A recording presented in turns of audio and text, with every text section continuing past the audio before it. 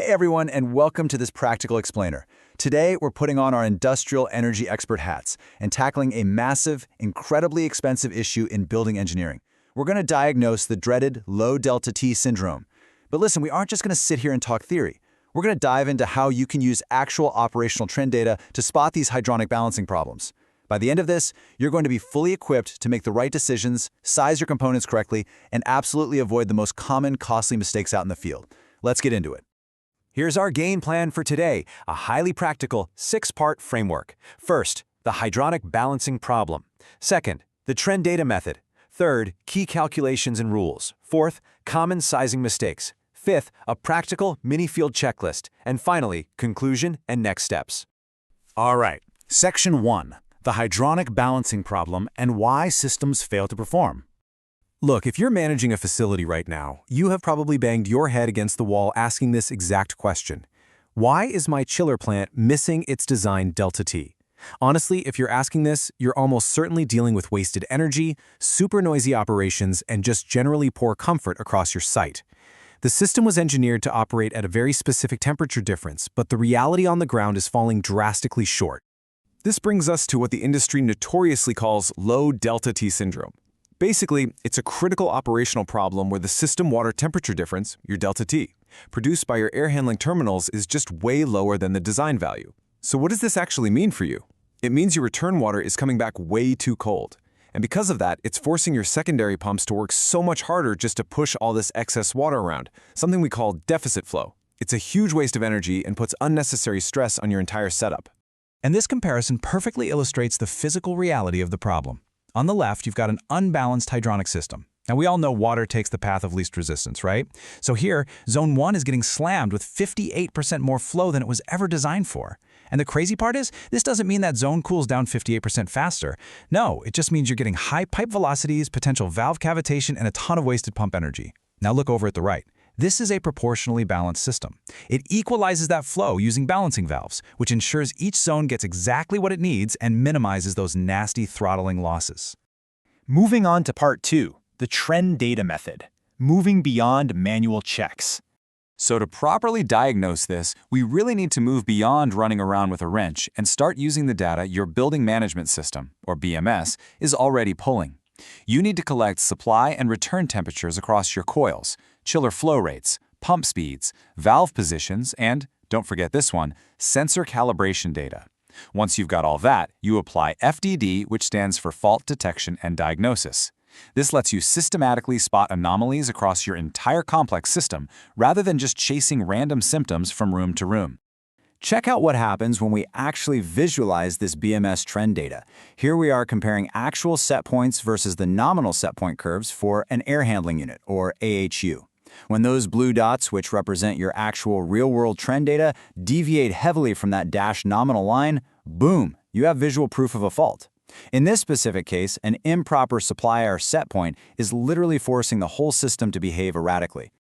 Okay, Section 3, key calculations and rules, formulas for the field.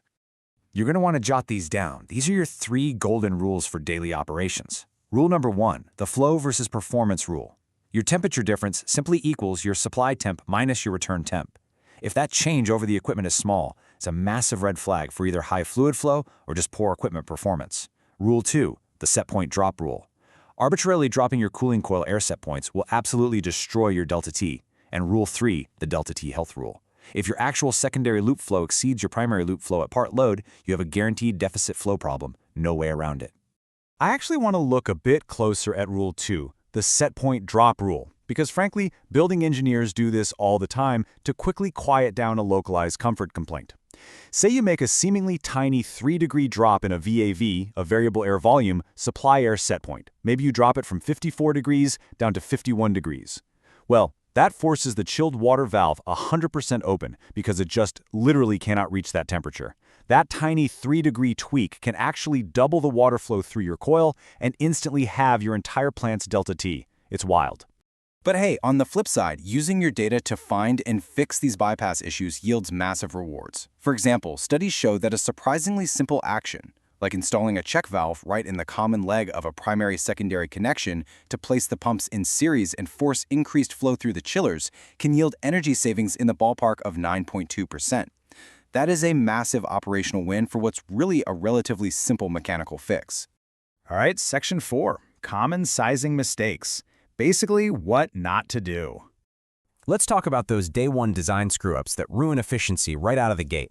A super common mistake is lazily applying a quote-unquote standard 10-degree delta T when you're selecting coils, even if the central plant was specifically engineered for a 14-degree delta T. That mismatch is going to degrade performance immediately. Another huge error is undersizing your actuators. If the dynamic close-off pressure rating isn't strong enough, the valve just constantly hunts, opening and closing rapidly. This totally oversupplies water and just crushes your delta T. Always select properly sized modulating actuators. Now, you might be thinking, hey, I have local automation, I'm covered. Well, not exactly. Even if you've got automatic local control via a TRV or thermostatic radiator valve, which changes hot water flow based on local room feedback, a poorly balanced central system is still going to leave you with significant temperature variances across your thermal zones. Your central and local systems have to be in hydronic harmony, or the whole thing falls apart. Section 5, Practical Mini Field Checklist. Actionable steps for the mechanical room.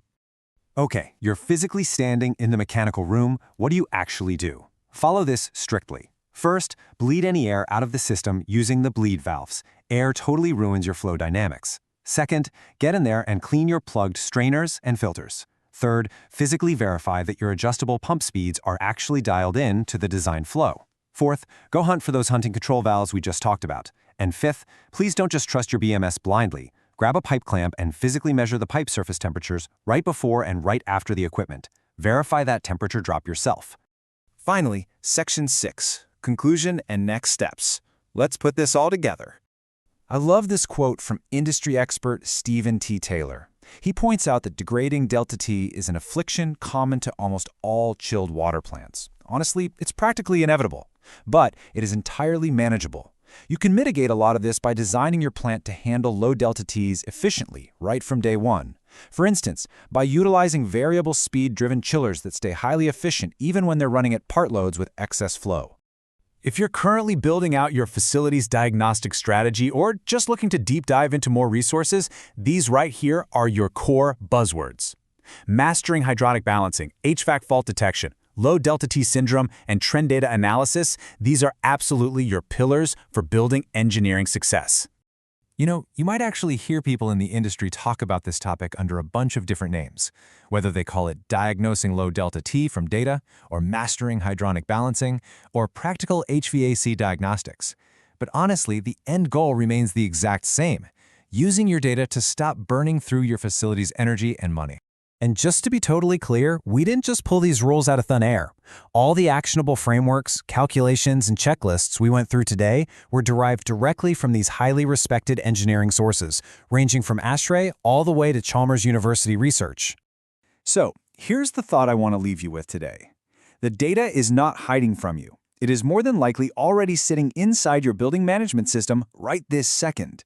So, if your trend data is already showing the classic symptoms of low delta T, how much is doing nothing costing your facility today? Seriously, get into your BMS, run those simple calculations we talked about, and start balancing your system. Thanks for hanging out with me in this explainer, and I'll catch you